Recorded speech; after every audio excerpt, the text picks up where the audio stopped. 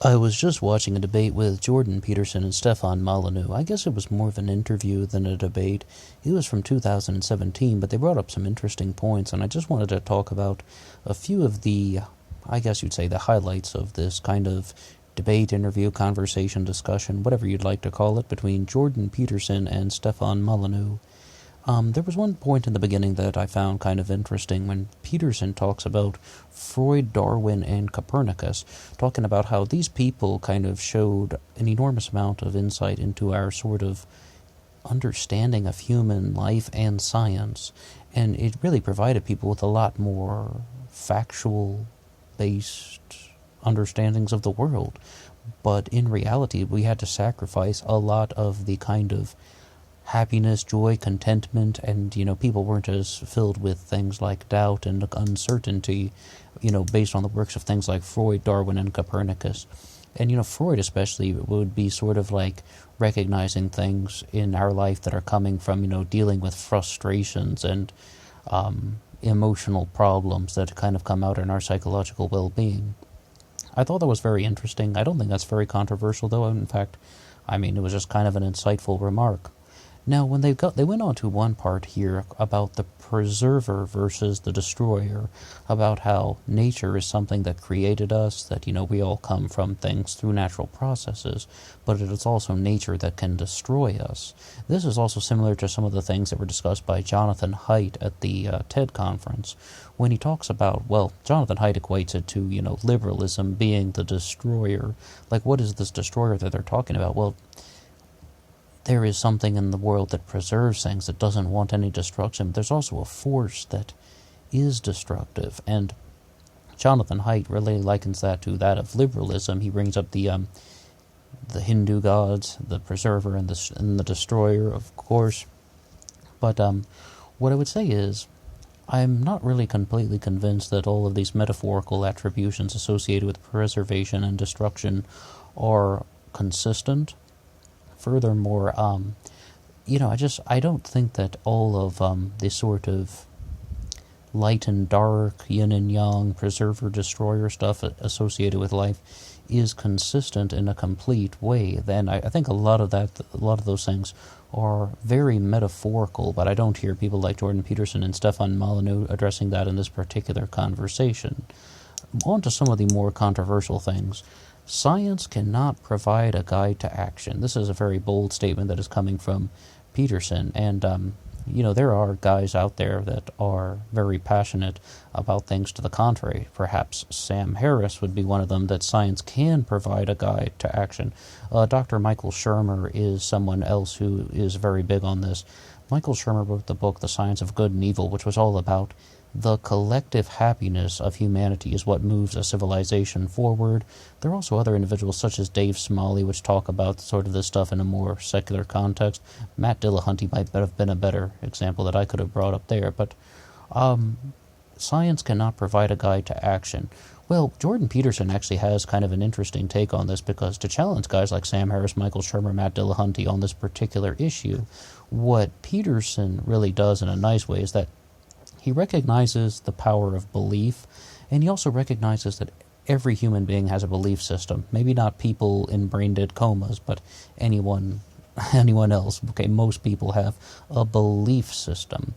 And that's totally normal, because a lot of people don't really recognize how much the belief system affects our daily life. And I would say, though, as someone who's been following Jordan Peterson for a while, I would say that his work, about belief and just the way that he explains the nature of belief and the architecture of belief, I'd say that that's one of the very insightful things that, we can use to look at our own lives. So I would say that guys like Sam Harris and Michael Shermer really overlook this very bold statement here that science cannot provide a guide to action. I thought it was interesting when Jordan Peterson was talking about Jean Piaget, who was actually, just to hear that Piaget was bent on bridging the gap between science and religion. And I think that that's a very interesting way of looking at it. So many people in our current day and age are very set on bridging the gap between science and religion, and it really takes a lot of new forms. You have the New Age, or the more New Age things, such as Dr. Amit Goswami, who wrote he wrote the book "The God Is Not Dead," "The Quantum Activist," and he also appeared in the film "What the Bleep Do We Know." That's all the very same stuff. Deepak Chopra as well comes at it from an angle that I believe Jean Piaget would not exactly have examined. But I think it's just kind of remarkable to note that people have been trying to do this for centuries, bridge the gap between science and religion. And even if you go back to things like Plato, Plato is also all about mysticism, states of being, ontology, metaphysics. In some ways, you could even view some of those things as trying to bridge certain gaps. So this has been going on for centuries, if not millennia, yet still here we are trying to battle over the existence of God or which religion should be the only true religion. I think humanity really needs to kind of progress in sort of a forward direction. But Peterson brought up one of his largest things, largest as one of the reasons really why he is well known, challenging PC culture. In this particular exchange, Peterson was talking about how PC culture, which is mostly done on the left, and I believe Stefan Molyneux actually initiated the exchange, but he said they're both saying that PC culture is essentially leftist, but it is also founded upon agreeableness. And agreeableness comes to us from maternal compassion. And what Peterson was saying is that we can't, treat people like suffering children. Women should not treat grown men like they are suffering children. And men should not behave like they are suffering children, and other men should not treat other men like they are suffering children. This is one that I found particularly interesting because just this entire kind of equating maternal compassion with only viewing people as if they are suffering children, and be like, is that the entirety of maternal compassion, or the way that Peterson is using it? Or even if somebody actually is very agreeable, how does that mean that they are treating all other people like suffering children? No, I definitely get where he's coming from. What he is sort of saying is that, it's kind of back to his sort of debate with Russell Brand when he was talking about how kindness is not something that we should be using to establish a society, because if you just treat everyone like they are suffering children, then the society is just going to turn into a bunch of giant babies. Okay, I totally get that, but is that really all that comes from compassion? And is that really something that is there not another side to this when it's just, things like kindness and compassion can also be used in sort of a positive way, or used in something that is less destructive? I'm not saying that everyone just has to have the same standard or level of kindness and compassion in their life. No, absolutely not. But I believe that he is really trying to equate compassion as an antidote to suffering, but compassion isn't an antidote to suffering, nor should it be treated as such. Compassion is sort of a response to, because it's kind of a response to the belief system that you believe this particular behavior is a good way to behave. But there's some other interesting things here. Peterson mentions good versus evil, and he actually gives a very interesting statement that he says it took him 40 years to come up with. That many people look at the story of Genesis and the Garden of Eden with Adam and Eve, and they start talking about the concept of Satan. They immediately think that the beast in the Garden of Eden is Satan. By the beast, like I said, it is a snake, right? But if I recall, the snake did not slither, so I said beast because it still had arms and legs, right? And if I recall, that was one of the punishments for the snake, that God took the arms and legs off the snake, so it would be closer to the earth, and it wouldn't be able to walk. Punishment. You can even equate that to being closer to the hell that is below the Earth's surface. A lot of people look at it that way. But Peterson is actually saying that the snake is in your own soul. That's what it's talking about. That's what it's actually talking about. It's like always having that thing inside of you, and I literally do mean inside of you, that could turn you to something evil. On that particular note, I think it would be really interesting to just ask the question to anyone who's listened this far in, what would you say, though, about the teachings of this story in the Garden of Eden? What would you say about that? Because for a little while this year, I kind of was entertaining the possibility that the meaning of Christianity was nothing to do with happiness. It was nothing to do with things like joy. I just sort of kind of came to sort of an understanding that Christianity is about good and evil. These things are good and these things are evil. These things are good and these things are not good. And if you do the good things, and if you believe that there is a pathway to good things through Jesus, then you will be rewarded with eternal life. But if you do bad things, then you will not be rewarded, with salvation. You will face, eternal punishment. But a lot of people have really posted some very different things, because I'm not a Christian. I'm an outsider to this. Someone posted, some things in another debate with Stefan Molyneux. I mean, I should say that he said them rather than posted them, but he was saying that your good deeds are rags to the Lord, that if you even do something good, it wasn't actually you, it was the Holy Spirit working through you. There is no free will, everything is predetermined, and just this is the way it is because it's God's plan. So I don't necessarily know if my sort of, what I thought was a profound awakening about Christianity was actually correct. But the reason I came up with that statement that I made about Christianity, that it's about good and evil and not about happiness, is that there's so many things in both the New and Old Testament that are about killing and destruction and very brutal things that are very, very destructive indeed, and they're also very harmful to human life. And it's just more like saying that this pathway is good and this pathway is evil, and human beings are not the arbiter of these decisions. We don't get to decide that which one is good and which one is evil, that this decision has been made for us by the quote-unquote Lord. And that's also why we have things like, God-fearing, that sometimes people refer to themselves as slaves to God in all of the Abrahamic religions. So I kind of was just sort of recognizing that, no, this isn't about happiness, this isn't even about anything other than just recognizing that this is good and this is evil. And I don't practice Christianity, as I said, and I don't live my life that way. I don't think many people actually do. I was just trying to get sort of more of a larger understanding. But when it comes to the snake in the Garden of Eden, I really did think for a while, ever since I listened to David Icke of all people. I know you're probably shaking your head already, but David Icke talked about how the people can morph into reptilian lizards or something like that, right? Well, I mean, he also had something to say about the Garden of Eden when he was just sort of talking about how when you hear Eve talking to a snake about the forbidden fruit, do you think that that was actually a snake that she was talking to, or was it representative of something different?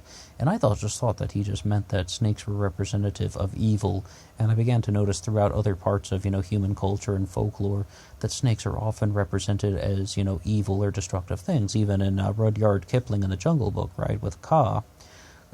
But one of the things about this is, snakes were just predators, and Peterson and Stefan Molyneux got into this, and they discussed this very big same thing. But it's also that the snake is something that was probably a very large predator for human beings for a long time, because in our early humanoid forms, apparently humans were much more like tree dwellers, and many snakes in that particular part of the world were also tree dwellers, as not to mention that just the snake is a very large predator because it can very easily kill humans because they're venomous. But let's move on a little from some of the other things. Peterson mentioned his very famous line that many people think marriage is a patriarchal institution. I've never once heard anyone say that marriage is a patriarchal institution. Who on earth actually says that? In many ways, marriage is, it's kind of just what you make of it, because Peterson's also, about dominance hierarchies, so no, I was about to say dominance hierarchies. There's going to be a dominant partner and a weaker partner, but I don't know anyone who has ever said that marriage is a patriarchal institution. It must be some very far-out examples. Most people recognize that a woman can become the more dominant person in a marriage, even if she's a stay-at-home housewife or whatever you'd like to call it. I want to get my words, up to date, but it's the reason why I say that is I mean, there's just been many more discussions on that about how if she's like, if the woman plays the domestic role, she can actually control all the strings of the marriage. I hear that so frequently from women. And even Jordan Peterson, during his debate with Kathy Newman, mentioned that women make 80% of the consumer choices. Women control the markets. Well, bingo. I mean, I find that women are very well aware of that, and women really make a lot of comments like that. And, it's like, I mean, women even talk about how, once they get married, they're the ones who are actually going to run the house. I hear these things all the time. So I've never actually heard a woman in my personal life refer to marriage as a patriarchal institution, but Peterson frequently cites it. Now, Stefan Molyneux and Jordan Peterson were talking about the concept of leftists wanting sexual expression. Peterson mentions that, people just shouldn't be pedophiles, sexual predators.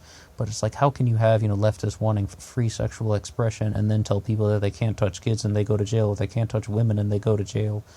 Well, I'm not exactly quite sure where he's going with this, because I would say that no one has ever advocated for anything that is illegal.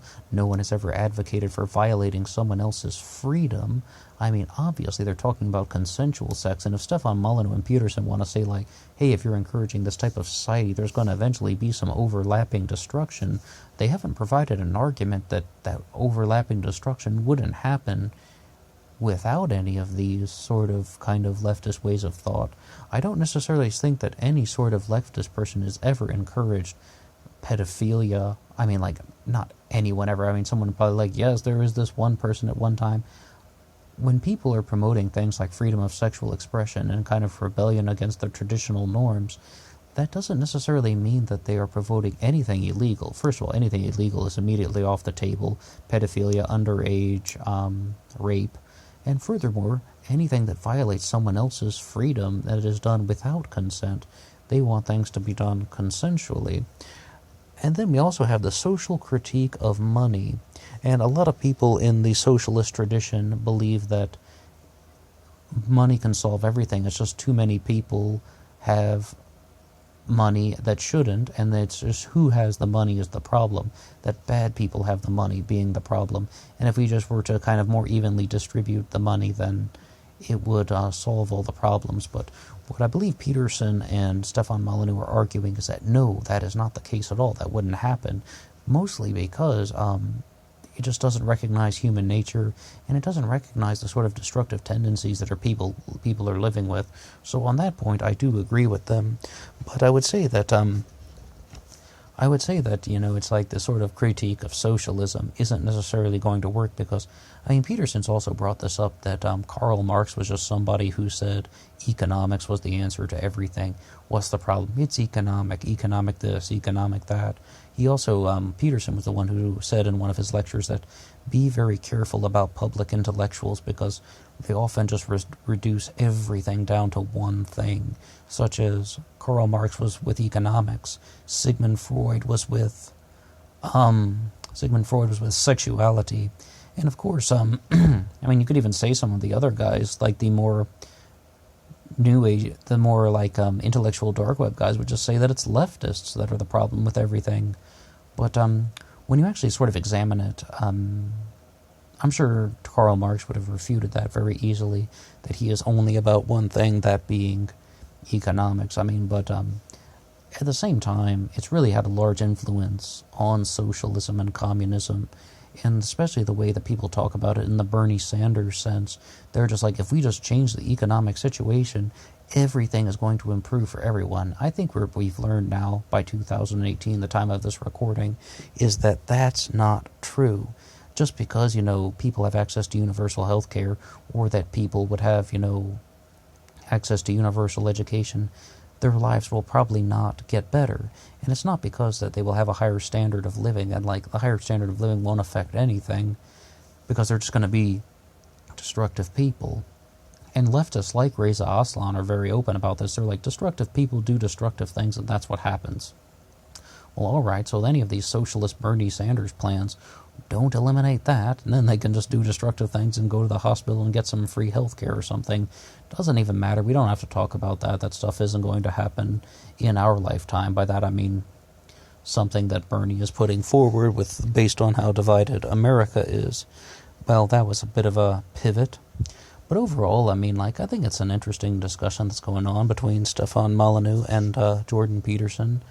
Interesting. I can't, be a follower devoutly of either one of them because they have very large platforms and they say a lot of things, and some things you agree with and some things you don't. But if you have anything to say at all, please drop a comment below, and until next time.